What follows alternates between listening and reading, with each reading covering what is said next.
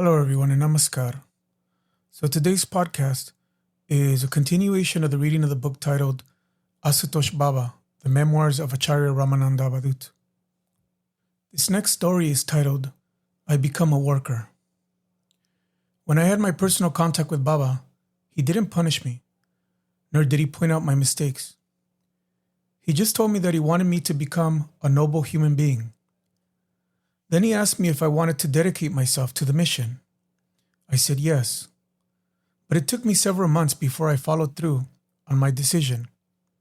I returned to my studies at Buddha Degree College in Uttar Pradesh. Then in February of 1964, I got a letter from Avadhuta saying that Baba wanted to see me. So I took the monthly allowance that my parents gave me for my studies and went to Jamalpur. This was when Baba showed me the White Lotus. Again, I returned to my college, but a few weeks later, I got another letter from Avadhuta informing me that Baba wanted me to come to Jamalpur. When I showed it to my Acharya, he told me how lucky I was that Baba was calling me personally. Then I made up my mind once and for all. I left without telling my family, and I never went back. On March 4th, I entered the training center in Anandanagar to become a dedicated worker. When I completed my training and went to Jamalpur for my Acharya exam, I couldn't reply to any of Baba's questions.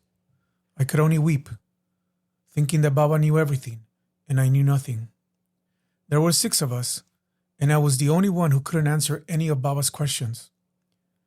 The next morning, when Baba came to the Jagrati, he declared that I had passed and that the other 5 brothers had failed.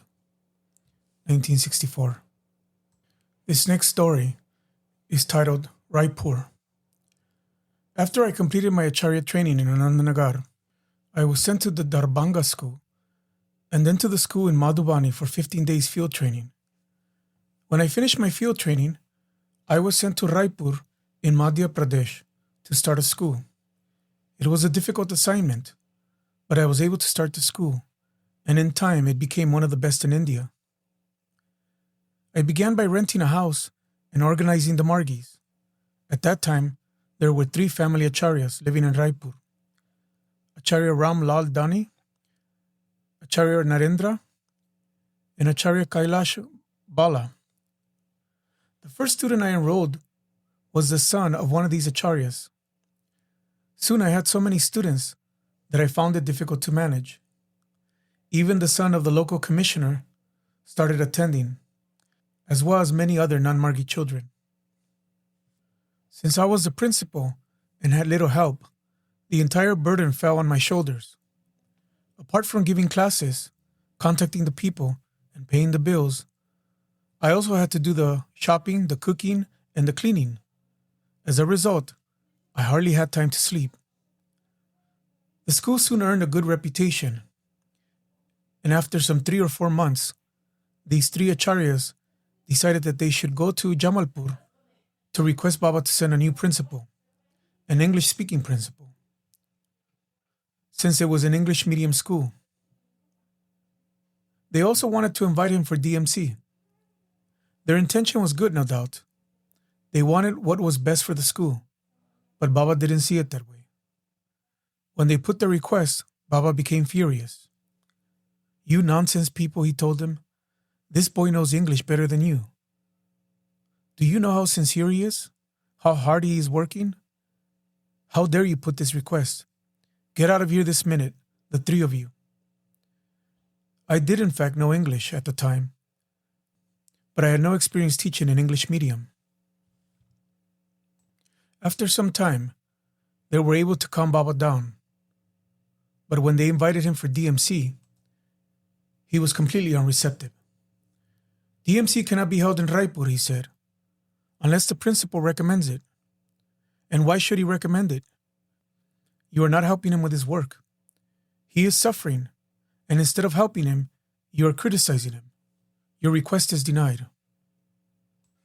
After receiving this chastisement, they returned to Raipur and started helping me with the school. At first I wondered about their change of heart, but then after Sunday Dharma Chakra, They explained what had happened when they went to see Baba. They apologized and begged me to go with them to Jamalpur to invite Baba for DMC. Unless you ask him, they said, there is no way Baba will agree. I agreed to go with them, and Baba kindly accepted my petition. Baba stayed in my room in the school, and the DMC program was held in the Giridhara Bhawan Dharmasala. Not long afterward, I was reposted to Anandanagar as Central Relief in Charge, and Acharya Shraddhananda was sent to Raipur to take over as principal. 1965. This next story is titled Chandradeva Varma. I was still in Raipur when Acharya Chandradeva Varma was transferred there by his employer, All India Radio. He was a man of strict principles and keen intelligence who used to organize regular Renaissance Universal meetings.